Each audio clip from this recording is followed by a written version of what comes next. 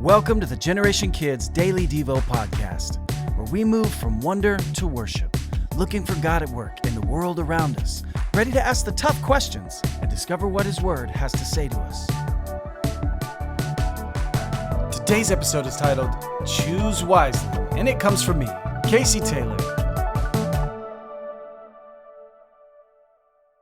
We're in the 7th week of our 9-week series looking at all of the fruits of the Spirit.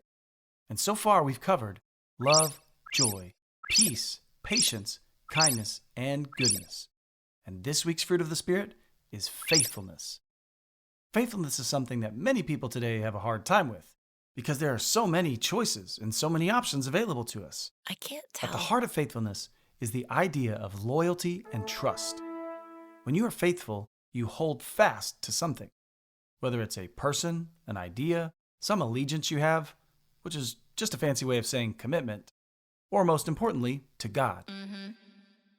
If you look at the world around you, so often people will switch up their allegiances if an opportunity to better something for themselves comes along, like giving up on their favorite sports team in favor of a team that might win more, or finding a friend who has cooler things than their normal group of friends, and leaving them behind because it offers them more personally by investing in that other new friendship.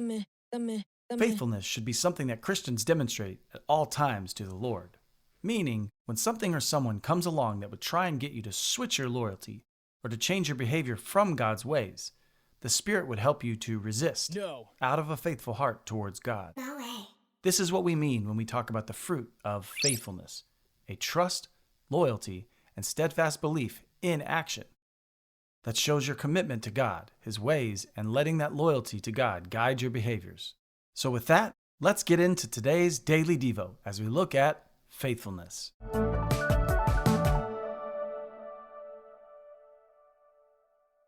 There are certain choices you make, and you make them moment by moment, and almost as soon as they arrive, they're gone. I'm getting out of here. And they don't affect your life for long after you make that choice. For instance, where will we eat for lunch today? Once you decide and you eat that meal, it's over. No more need to think about it.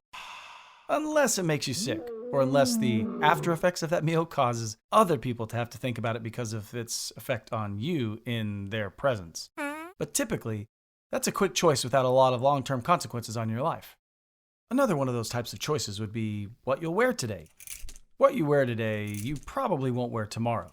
And your current outfit probably won't be the same outfit you wear day after day, unless it's part of some uniform you wear for school or work.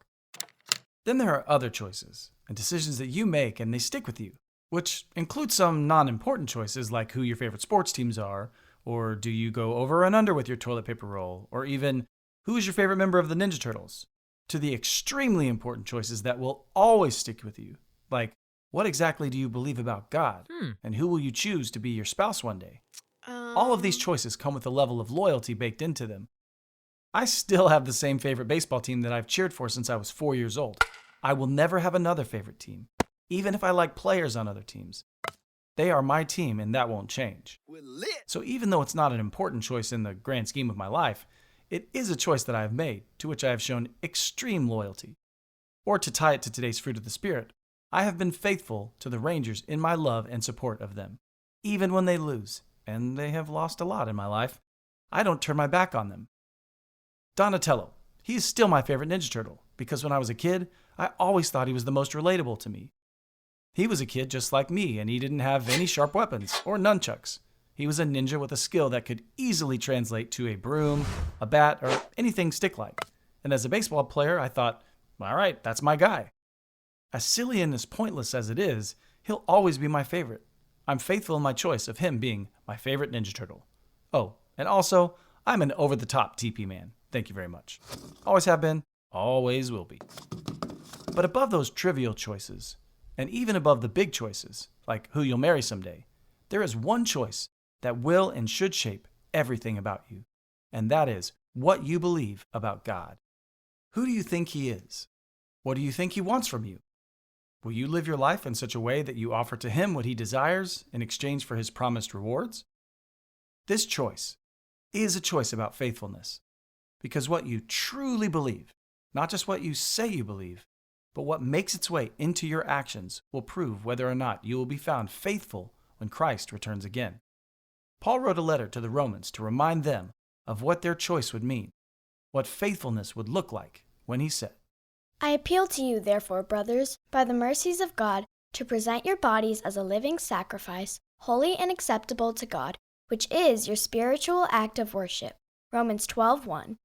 Paul is reminding the believers in Rome that God has been merciful to them, and in light of the mercy that he's shown, he's encouraging them to respond by giving their lives to him to use for his purposes, to live pure and holy lives, ready to serve one another and to share the gospel with the lost, or even to die for Christ, in order to show their faithfulness to him, not just in belief, but in practice. This is one of those choices that, unlike their meal at lunch or their outfits at work, will have a lasting impact on their lives. What they believe about God and how it affects their lives, if they're willing to show themselves faithful to their beliefs, will dramatically change the direction of their lives, but also for the lives of everyone watching them. When our choices about God cause us to make changes to how we will live our lives, our faithfulness to God will start shaping everything and every other choice we make. It's the most important choice we'll ever make, so choose wisely. Now it's time for Today's Big Question! Today's big question is, as we launch into a week talking about faithfulness, and as you think about how committed, loyal, or faithful you are to God, it's important to make the first and most important choice a solid one. What do you believe about God?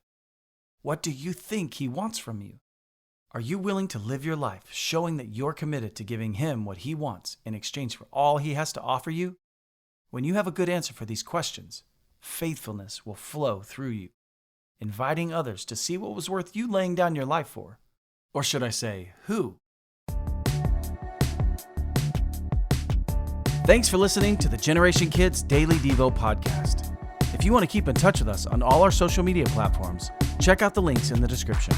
And if you'd like to help support us as we continue to create meaningful content for kids of all generations, please subscribe to our Patreon by visiting us at patreon.com/wearegenerationkids.